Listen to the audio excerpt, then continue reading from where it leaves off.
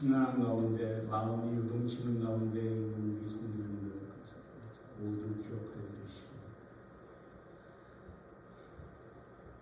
불편한 가운데서도 예배를 드리는 마음 가운데 우리 하나님께서 이 성령님께서 인도하여 주셔서 드리는 이 예배가 하나님 마음을 시원케 하는 오늘 우리 하나님께서 기쁘게 흥양하시는 예배가 될 수 있도록 주님 인도하여 주시옵소서. 예수님 이름으로 기도했습니다. 네. 제가 설교할 때마다 오늘이 마지막이 될지도 모른다는 생각으로 설교를 한다고 했는데 진짜 오늘이 마지막으로 제가 생명선교에서 말씀을 전하는 시간이 됐습니다. 우리 주 안에서 또 만나고 또 예배에 또 참석할 수도 있겠습니다만 일단 제가 우리 집사람이 1월 10일이 환갑입니다. 그래서 우리가 계획한 일이 있고 또 그래서 어차피 많이 빠져야 되고 그래서 제가 이 기회에 하고자 하는 일을 하려고 합니다. 우리 주 안에서 우리 성도님들과 함께 기쁘게 예배를 같이 했던 것 너무 기쁘게 생각하고 오늘 말씀을 전하려 합니다. 자, 오늘 본문을 이렇게 보시면 대광 이렇게 윤곽을 부르면 뭡니까? 육신의 잣도로 그리스도를 보지 않고 그리스도 안에서 새 창조된 우리는 하나님과 화해를 해야 된다. 하나님의 새 창조신 의도는 그리스도 안에서 하나님의 의가 되게 하기 위한 것이다. 그러한 하나님의 은혜를 헛되이 받지 말라. 이것을 듣는 지금이 하나님과 화해할 시간이다. 이게 오늘 설교 내용의 본문 내용의 대략적인 요약이에요. 그리고 주보지를 오늘 성도님들이 우리 핵심 집사님들이 안 보셨네요. 어쨌든 주보에 보면 질문이 있습니다. 그 질문이 오늘의 설교 내용이니까 주보를 보시고 그 질문이 있죠. 자, 1번이 뭡니까? 이미 태어난 우리가 어떻게 새롭게 태어날 수 있나요? 우리가 어떻게 새롭게 태어날 수 있습니까? 자, 오늘 제 특강을 들었던 핵심 멤버들이 빠지셔가지고 좀 안타까운데 제가 특강 시간에 영업 비밀을 얘기한 게 있어요. 여기서 들으신 분이 지금 임수원 목사님밖에 없는데 영업 비밀 중에 큰 그림이 있고 성경의 큰 틀이 있고 하나님께서 창조하시고 인간은 타락하고 하나님께서 새 창조를 약속하시고 그게 성경의 큰 틀이고 또 작은 틀로 봐서 성경 한 권 한 권을 읽을 때에는 at the time 그 당시에 그 내용이 무엇이었느냐 원래 뜻은 그래서 그걸 읽다 보면 그걸 알아내면 하나님께서 말씀하신 뜻이 무엇이다 always 항상 언제 어디서나 통용될 수 있는 신학이라고 하는데 그런 전제가 따라옵니다. 그 다음에 now 그걸 우리가 이 시대에 어떻게 적용하는 것인가 이렇게 성경을 봐야 된다고 특강을 했고 또 예도 들고 했습니다. 그래서 오늘을 그게 목사님들이 설교하는 내용이니까 그게 영업비밀이다.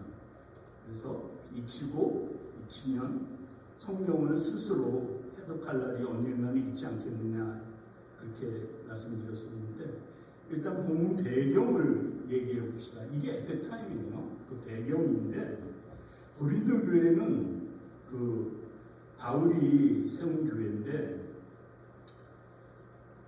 이 교회는 은사가 굉장히 많았던 것 같아요. 은사도 많고 돈도 많고 지혜도 있고 또 말씀에 조금 더 정통하고 그랬던 교회인 반면에 바울이 고린도에 보낸 편지가 학자들에 따라서는 조금 다른데 4개에서 7개였을 거다라고 하는데, 보통 많은 이제 신학자들이 편지가 4개 있었을 것이다. 그거는 전부 할애를 해요. 고린도 전서 전에 그 눈물로 아니 그 보낸 편지가 있어요. 그 다음에 두 번째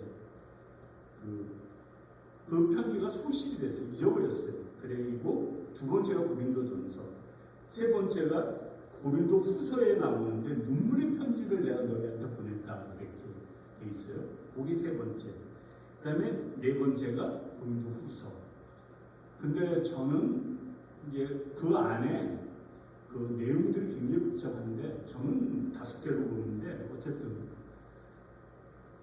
4개가 학자들이 할애한 그 확실한 편지로 보는데, 그러니까 편지가 많았다는 건 뭘 간접적으로 얘기할 수 있어요? 편지가 많았다.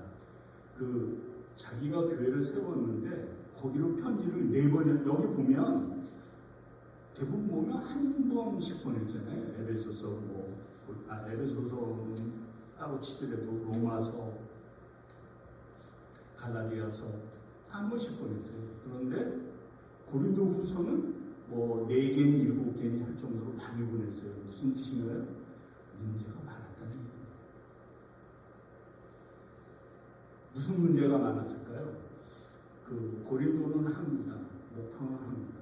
고린도는 항구였습니다. 항구 도시고 그 문화가 있었던 건 아니에요. 지금은 있는데 그 당시에는 문화가 없었어요. 네로 황제가 거기다 문화를 만들려다가 그 네로 황제가 죽고 나니까 뭐 그냥 그 흐지부지 되고 1800년도에 그 지금 생긴 문화가 만들어졌습니다. 그래서 에게해하고 그 지중해를 관통할 수 있는 문화 역할을 하는, 그러니까 이쪽 항구에서 물건을 다 내려가지고 육로로 운반해가지고 이쪽 항구로 오면 약 300마일 정도를 절약할 수 있었다고 돼요. 그러니까 어마어마한 그 배 사람들이 있고 하역 작업을 하는 노동자들이 있고 사람들 많고, 원래 항구 도시가 조금 성적으로 좀 문란하다고 하죠.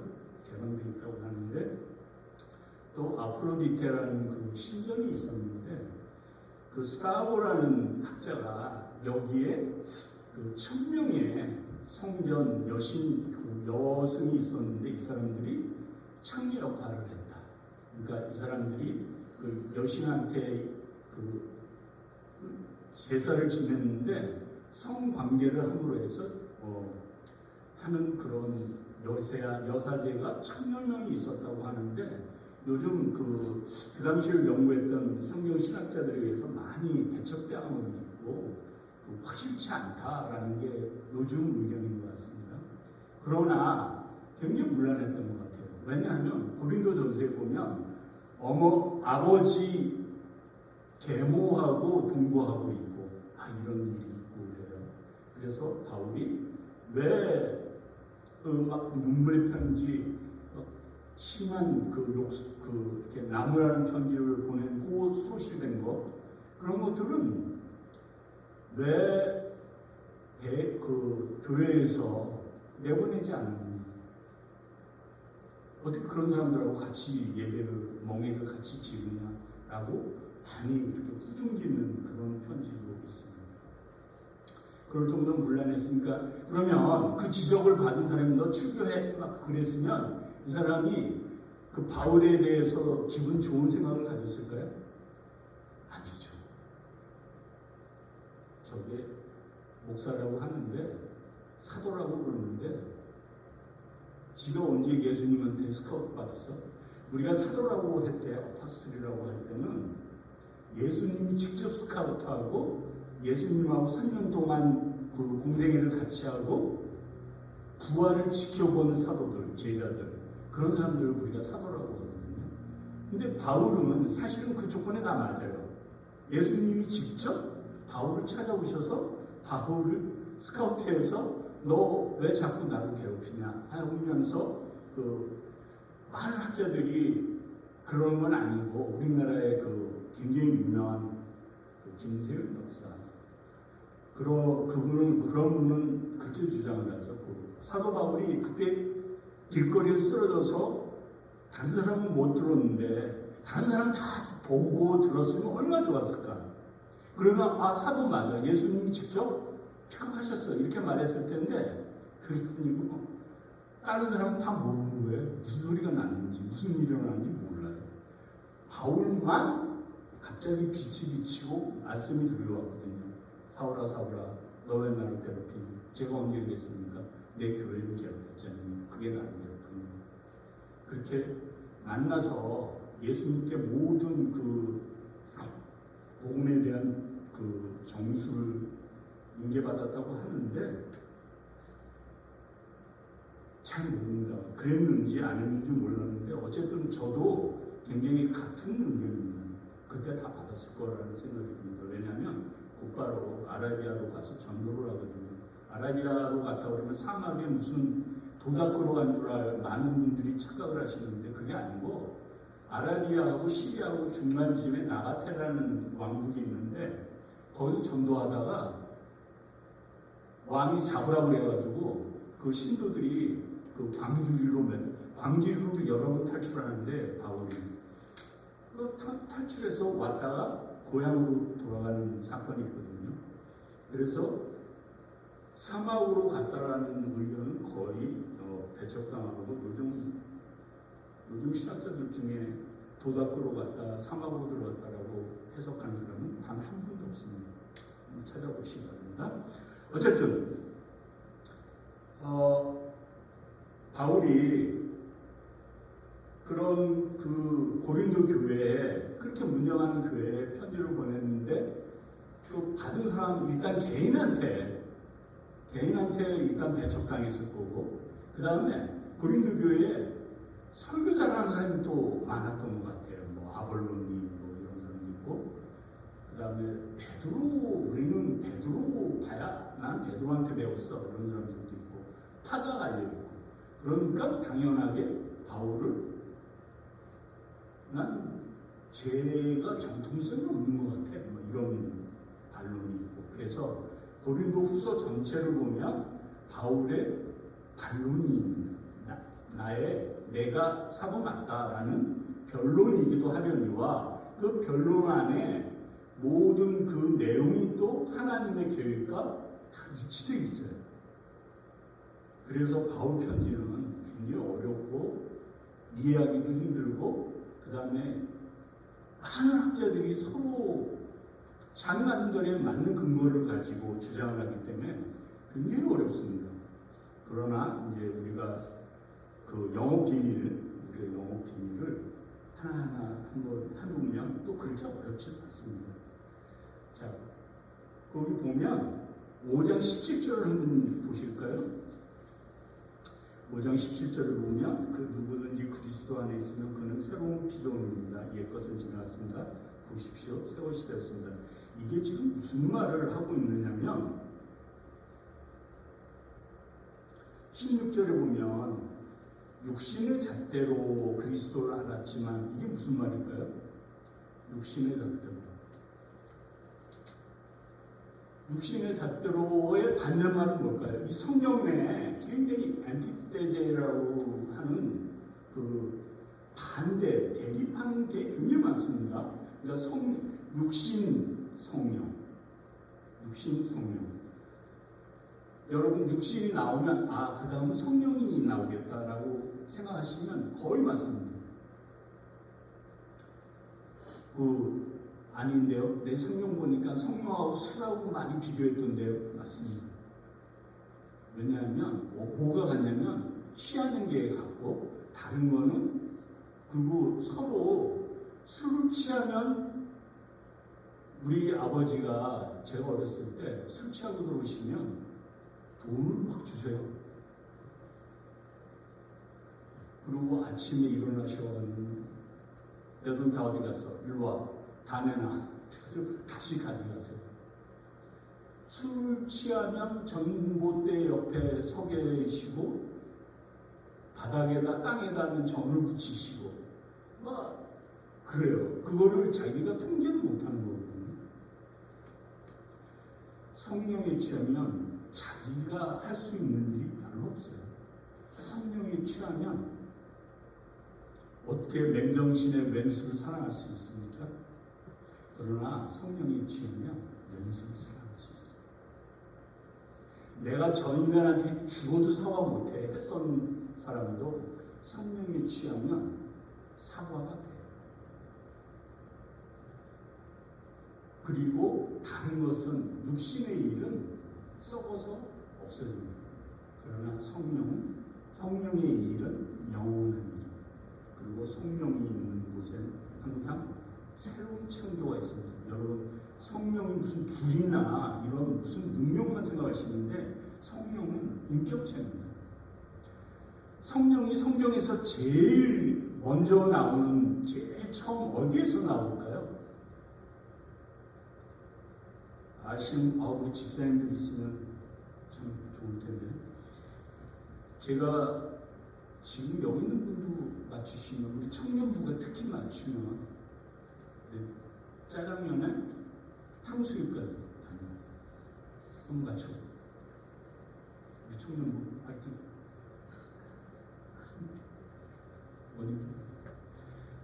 성경이 제일 처음 나온 곳이 창세기 1장 2절입니다. 한번 보실까요? 창세기는 다 있으니까 1절은 우리가 굉장히 유명한 거잖아요. 태초에 하나님이 천지를 창조하셨다. 2절에는 어떻게 되어 있어요? 땅이 혼돈하고 공허하며 어둠이 깊은 위에 있고 하나님의 영, 이게 성령이에요. 물 위에 움직이고 계셨다. 항상 새로운, 그러니까 창조, 하나님께서 창조하실 때는 성령이 같이 하세요. 그래서 이 16절이 그렇게 비교하는 거예요. 육신의 잣대로 그 전에 예수를 봤는데, 육신의 잣대로 바울이 예수를 봤더니 어떤 그 예수였어요? 나무에 십자가 매달려 죽은, 신명기에 나오는 저주받은 인간이었거든. 그리고 성전이 필요 없다고 그러고, 자기가 뭐 죽었는지 뭐 아버지하고 동급이고 뭐 아브라함 때 자기가 살았다고 그러고 엉뚱한 소리 해대고, 그래서 바울이 잡아 죽이잖아요. 잡아 죽이려고 하잖아요. 그래서 그렇게 말한 제가 존경하는 스테판 집사님을 돌로 쳐 죽이잖아요. 그리고 다마스커스로 예수 믿는 사람들 잡으러 가다가 예수님을 만나서 회심한 사람입니다. 자, 그래서 17절은 그리스도 안에 있으면 그는 새로운 피조물입니다. 이게 무슨 말이에요? 그리스도 안에 있으면, 그리스도 안에 있다는 말은 뭐예요? 그리스도 바깥에 있는 건 뭐고 안에 있는 건 뭐예요? 그리스도 안에. 그리스도 안에 있다라는 그 성경의 표현을 다 통일시켜서 우리가 해석을 해보면 무슨 뜻이냐면, 예수가 하신 일을 믿으면, 예수가 하나님에 의해서 그 주신 사명들을 다 이룬 것을 믿으면, 그러니까 예수님이 하신 일이 뭐예요? 오셔서 사역하시고 하나님 나라 보여주시고 설교하시고 십자가에 죽으시고. 십자가 왜 죽었어요? 댕이 올라와서 죽었어요? 아니에요. 인간의 죄, 타락한 모든 죄를 짊어지고 하셨어요. 그런데 그 전에, 그 특강 때도 여러 번 말씀드렸지만, 예수님 전후로 해서 한 100년간 내가 메시아다라고 나섰다가 십자가를 못 박힌 사람은 100명 정도 된다고 해요, 역사학자들이. 그 중에 부활한 사람이 없어요. 그런데 예수님은 부활하셨어요. 누가 부활을 시켰다고요? 우리 로마서 설교할 때 제가 여러 번 강조했죠. 하나님께서 부활을 하시고 하늘에 오르사. 하늘에 오르는 게 왜 중요합니까? 하나님 우편에 앉아 계시거든요. 그래서 중요해요. 우편에 앉아 계신다는 말은 무슨 말씀이에요? 지금 통치하고 계신다고요. 그래서 예수님이 다시 오셔서 새하늘 새 땅이 모두 완성되고 난 다음에 그 왕권을 하나님께 다시 넘겨드린다고 명계시록에 기록되어 있어요. 지금 우리가 예수님의 통치를 받고 있다고요. 무엇을 통해서? 성령을 통해서. 그래서 그리스도 안에 있다는 건 예수님을 우리가 쉽게 얘기하면 믿는다는 말인데, 저는 믿는다는 말을 별로 안 좋아하거든요. 왜냐하면 예수께서 하신 일을 믿는 거거든요. 예수 그리스도가 가졌던 그 믿음, 신실하심, 하나님께서의 그 명령하신 것을 신실하게 지켜나가는 그 믿음, 그것을 믿으면 새로운 피조물입니다. 이 피조물이라는 말이 이게 저는 좀 아니요. 뉴 크리처라고 번역된 영어 성경이 굉장히 많은데 저는 뉴 크리에이션으로 읽는 성경을 좋아합니다. 뉴 크리처는 새로운 피조물이라고 해서 그 인간적으로 이걸 해석하는 거예요. 새로운 창조를. 그런데 새로운 창조라는 것은 우주적이고요. 교회론적이에요. 그러니까 하나님의 백성을 만드는 그런 새 창조지, 물론 한 사람 한 사람이 예수를 믿게 되면 그렇게 되는 거지만, 지금 그래서 그것도 중요하지만 교회도 중요하고, 이게 온 세상이 바뀐 거거든요. 하나님의 세상이 온 거예요. 그래서 중요합니다. 그래서 새 것이 되었으니까 어떻게, 그래서 1번 새롭게 태어날 수 있나요? 그리스도 안에 예수를 믿으면 5장 17절에 있어요. 그러면 우리를 새롭게 창조하신 하나님의 뜻은 무엇인가요? 우리를 왜 새 것이 되게 했나요? 왜 새롭게 하게 했나요? 21절에 보면, 요 18절에 있는 우리에게 화해의 직분을 맡기셨습니다. 요걸 건너뛰어서 21절에 보면, 하나님께서는 죄를 모르시는 분에게 우리 대신으로 죄를 씌우셨습니다. 그러니까 십자가, 예수님의 십자가, 그것은 그리스도 안에서 하나님의 의가 되게 하시려는 것입니다. 이건 뭐냐면, 그리스도 안에서 예수를 믿는 사람들은 하나님께서 구원하시겠다는 하나님의 의는 뭐예요? 하나님의 신실하심, 하나님 약속을 지키시는 거예요. 내가 구원하겠다는 약속을 지키시는 거예요. 그거 되게 하려고 새롭게 창조하게 됐다는 거예요. 그래서 아직 새하늘 새 땅이 아직 오지는 않았지만 우리는 새롭게 태어난 사람이에요. 유대인들이 봤을 때는 유대인 이방인이지만 이 교인들은 신학자들이 말하기에 제3의 인류, 물론 반대하는 사람도 있지만 제3의 인류라고 해요. 유대인도 아니고 이방인도 아니고 제3의 인류. 예수 그리스도 안에 있는 사람들. 예수 그리스도 안에 있는 사람들은 하나님과 관계를 맺는 거예요. 하나님께서 하신 약속을 우리도 지켜가고, 하나님께서는 기어코 우리를 구원하시고 말고 새 창조를 이루시고야 마는 거예요. 그래서 예수를 믿기만 하면 우리가 조금 잘 살았으면 좋겠지만, 좀 실수를 하더라도, 잘못을 하더라도, 아니면 조금 생활이 좀 개판치더라도 천당 가는 거는 따놨으니까 걱정하지 말라고 가르치는 사람들한테 무섭게 경고하는 게 바로 같은 성경 페이지에 있으니까 우리 봅시다. 10절 보세요. 5장 10절. 우리는 모두 그리스도의 심판대 앞에 나타나야 합니다. 그리하여 각 사람은 선한 일이든지 악한 일이든지 몸으로 행한 모든 일에 따라 마땅한 보응을 받아야 합니다. 이게 무슨 뜻이에요? 그냥 막 살면 안 된다는 거예요. 새로운 피조물로 우리가 다시 태어났으니 하나님과 맺은 그 관계 속에서 하나님이 지시하신, 예수님께서 통치하신 예수님의 말씀을 삶으로 살아내야 된다는 거예요. 그렇지 않으면 새하늘 새 땅에 들어가기가 힘들다는 거예요. 왜냐하면 마땅한 보응을 받아요. 내가 하는 일에 대해서. 그런데 이게 하나님의 은혜라는 거예요. 은혜라는 뜻이 뭐예요? 은혜라는 뜻이 뭡니까? 우리 청년부 다시 한번 할까? 응? 청년 다시 한번 할까? 은혜가 뭔지 우리 한번 해볼까? 요거는 좀 쉬우니까 짜장면만 하자. 탕수육은 조금 너무 쉬워. 뭐야 은혜가? 응? 그래? 좀 수줍으니까. 은혜라는 것은 거저주는 거예요. 프리, 선물이에요. 어떤 대가를 바라고 주는 것이 아닌. 그러니까 내가 열심히 일해서 돈을 받는 건 뭐예요? 그건 내 일상이에요. 내 페이. 그걸 은혜라고 안 그래요. 그래서 우리가 나는 저 말씀에 은혜 받았어.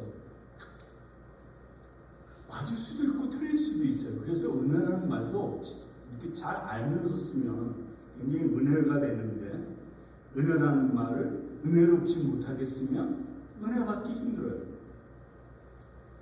자, 그래서 이게 은혜인데 이 하나님께서 하시고야 마시겠다는 그 신실하심, 약속을 지켜나가신, 제가 이거 하는 말을 오해하지 마시고 들으세요. 표현할 방법이 따로 정확하게 없어서 그러는 거예요.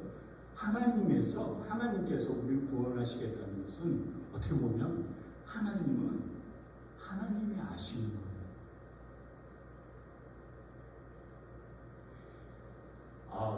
임성훈 전도사가 그러는데 하나님이 아쉬워서 우리를 구원했대. 그렇게 말하면 안 돼요. 하나님 쪽에서 좀 아쉬워요. 왜냐하면 아브라함하고 언약, 약속이 하나님께서 일방적으로 주신 거거든. 은혜로 구원하시겠다고. 근데 구원하려고 그러는데 이스라엘 백성은 자꾸 딴 길로 가. 그럼에도 불구하고 하셔야 돼요. 하나님. 왜냐하면 약속하셨습니다. 그러니까 그 일을 이루시고야 말 것입니다. 그 은혜를 지금 누리는. 그건 늦으면 늦는 만큼 손해요. 왜냐하면 지금 하늘나라가 와 있기 때문에, 여러분들이 이해하시기 좋은 천당이 지금 있기 때문에, 우리가 있기 때문에, 하나님 말씀을 들으면 그대로 살면 천당이 지금 있기 때문에 그 천당의 기간이 연장되는 거예요. 늦게 하면 그만큼 손해예요. 그러면 예수 믿고 지금 천당이 시작됐다고? 이게 무슨 천당이에요? 맨날 감기 걸리고 아프고. 임준호사 오늘 특강 마지막이랬는데 오늘 아파서 못 나가고. 제 특강이 재밌어서 오시겠습니까? 그냥 만나서 서로 간식 먹고 하는 게 좋은 거죠. 이 죽음이 없는 것도 아니고, 오히려 여러분께서 하나님 말씀을 들으면서 이 세상을 사시잖아요. 얼마나 피곤한지 모릅니다. 장난 아니에요. 진짜 장난 아니에요. 제가 지금 소송건이 3건이 걸려 있습니다. 2건이 목사님들한테 들어온 거예요. 내가 목사님을 미워하지 않을 수가 없어.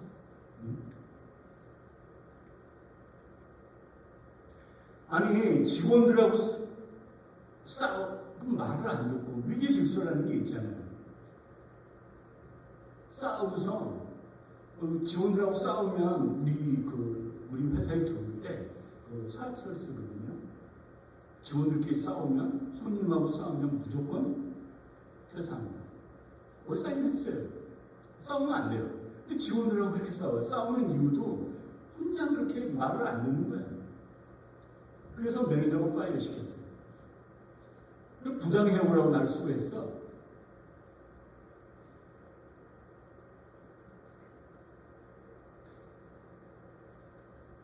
오죽하면 우리 제너럴 매니저가 사장님, 제발 좀 교회 사람님 데려오지 마세요.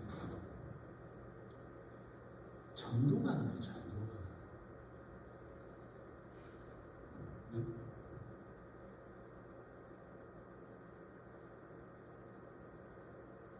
새롭게 태어난 사람 맞는 거예요, 우리? 만약에 새롭게 태어나지 않았다고 생각되시는 분, 하나님, 예수님을 인격적으로 아직 못 만났다고 생각하시는 분, 굉장히 유감입니다. 그러네, 희망을 하십시오. 하나님 계시다고 하시는데 나 좀 만나주십시오. 만나주실 겁니다. 제가 정말 힘들었을 때, 내가 오늘 저녁 이렇게 자다가 내일 아침에 일어나면 죽어 있으면 좋겠다라고 너무나 힘들 때, 그때 제가 제일 많이 했던 기도가 뭔지 아십니까? 하나님 계시다면 제발 좀 나 좀 만나주세요.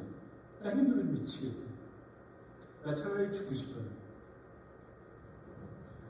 그 당시에는 제가 신앙을 모를 때니까 죽으면 천당만 되는데, 딸들과 당신 믿었잖아요. 그러니까 천당에 가는 게 낫겠어요.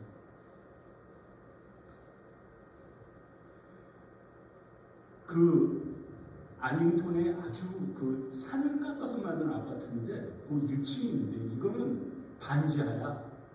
그래서 그 언덕으로 지나가는 사람이 창문으로 보면 우리 집이 다 보여. 싸니까 바퀴벌레 창문. 거기서 침대 없고 가구도 아무것도 없는 거예요. 트래시백 있죠? 그 너무나 한기가 올라와서 트래시백을 깔고 그 위에다가 담요를 덮고 자는데 정확하게 기억은 안 나요. 무슨 일이었든지. 제 기억으로는 1,000불 정도가 필요한 일이었어요. 그치. 근데 그 1,000불을 구할 길이 없어서 그냥 아내하고 둘이서 그냥 손 붙잡고 기도하다 잤어요. 그때 제가 했던 기도 내용은, 주님, 정말 힘듭니다. 이제 그 외에 기도할 힘도 없다라는 쪽으로 여러분들 지치신 적 있습니까? 기도할 힘도 없을 때, 그때 주님, 제가 너무 힘듭니다. 이제 이 일은 제 손을 떠난 것이고 뭐 주님의 뜻에 맡기겠습니다 하고 아내와 손잡고 그냥 울다가 자는 것 같아요. 흘리면서. 근데 지금 그거 기억을 못해요. 그게 무슨 일이었든지. 제 아내한테도 여러 번 물어봤어요. 그게 무슨 일이었지? 기억도 못해요. 그때 하나하나 미치겠다라고 기도했던 거. 하나님 진짜 정말 만나달라니까 정말 계시되네. 나와봐 진짜. 정말 그 절규했을 때, 그 비 맞고 막 번개 칠 때 우리 텍사스 번개 끝내주지 않습니까? 그 앞에 서가지고 자, 번개로 날 죽이십시오. 그런 적도 있습니다. 그렇게 힘들었던 적이 있습니다. 근데 인생을 돌아보니까 하나님께서 만나주셨더라고요. 고비고비마다, 결정적일 때마다. 여러분, 하나님 만나게 해달라고 하십시오. 혹시라도 인격적으로 아직 못 만나셨다면 만나주시고, 그리고 성령을 선물로 주신다고 했습니다. 성령을 받게 되면 여러분이 할 수 없는 일들을 하게 됩니다. 그 은혜를 지금 누리십시오. 오늘 본문에 간절한 바울의 권유예요. 바울이 수많은 그 비난들을 무릅쓰고 보낸 편지에 여러분들은 화해하십시오. 하나님과 화해하십시오. 하나님과 화해한다는 건 뭐예요? 죄 때문에 못 만나는 하나님을 예수 그리스도를 믿으면 그 죄를 사하여 주시니 우리 하나님을 화해하게 하는 일이라는 거예요. 그러면 하나님의 백성으로 가게 되고 하나님의 백성으로 들어가서 하나님과 관계를 맺게 되고 하나님의 명령을 받게 되고, 그러면 처음 우리가 세상 살면서 정말 하나님 뜻대로 살라고 그러면 정말 손해보는 일이 많습니다. 그러나 그건 세상 사람이 봤을 때 손해고 우리가 봤을 때는 손해가 아니라 당연히 죄가 있는 이 세상을 살면서 받는 고통이고 고난이고 하나님께서 그걸 이겨내라고 하시니까 내가 같이 하겠다고 하니까. 여러분 힘든 상황이 있습니까? 하나님 만나신 분들은 아실 겁니다. 하나님께서 내가 너를 얻고 있다 지금. 그 은혜를 누리십시오. 찾으십시오. 예수를 믿게 되고 하나님을 믿게 되면 천당 간다. 이런 가난한 신앙에서 벗어나시고 천당 간다. 그게 다가 아니라고.